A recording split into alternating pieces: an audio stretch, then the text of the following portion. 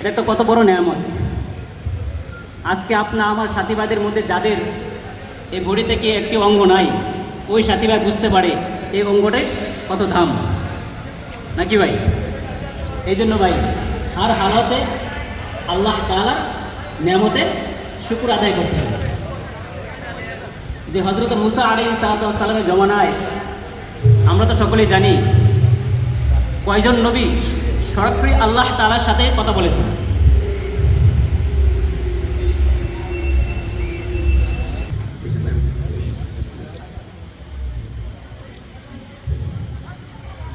আলহামদুলিল্লাহ ভাই, দাঁড়ায় আমি এতটুকু আগে পুরা করি ইনশাল্লাহ।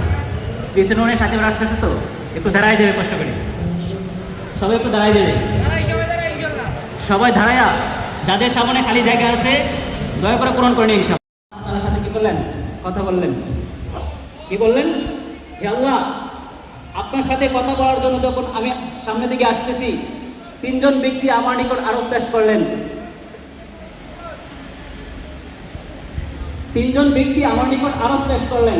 প্রথম ব্যক্তি খুবই ধনাঢ্য ব্যক্তি, বিত্তশালী ব্যক্তি, সে আরজ পেশ করছে আমাকে যেন আল্লাহ তাআলা কি করেন, আরো ধন সম্পদ দিয়ে দেন। দ্বিতীয় ব্যক্তি সেই প্রশ্ন করছেন। তৃতীয় ব্যক্তি একেবারে গরিব, তার পরনে কোনো কিছুই নাই, শুধু একটি কাপড় ছাড়া কোনো কিছুই নাই, ওই এলাকার ভিতরে সবচেয়ে গরিব ব্যক্তি। ওই ব্যক্তিও আরজ পেশ করলেন, হে আল্লাহ, আপনার নিকট যেন আমি কিছু তার জন্য ধন সম্পদ অর্থ করি, আরজ পেশ করি। আল্লাহ তাআলা হযরত মুসা আলাইহিস সালামকে বলতেছেন, হে মুসা, যাও ওই তিন ব্যক্তিকে বলে দাও তারা যে হালতে আছে ওই হালতের উপরে যেন শুকর আদায় করে। যে হালতে আছে ওই হালতের উপরে যেন কি করে, নেয়ামতের শুকর আদায় করে।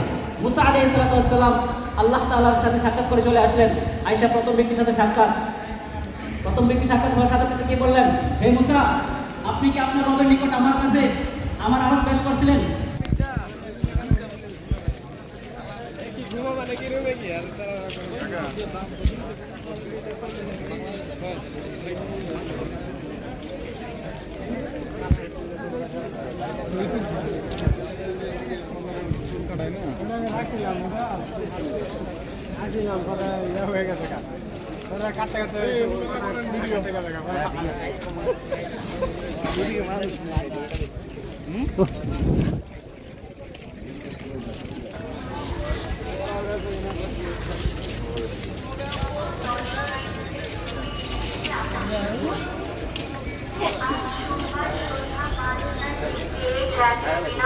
খাবার এবং যাত্রী দেওয়া হবে। সকল দর্শনার্থীদের হরিদ্বার যাত্রায় যোগদানের জন্য স্বাগত ধন্যবাদ।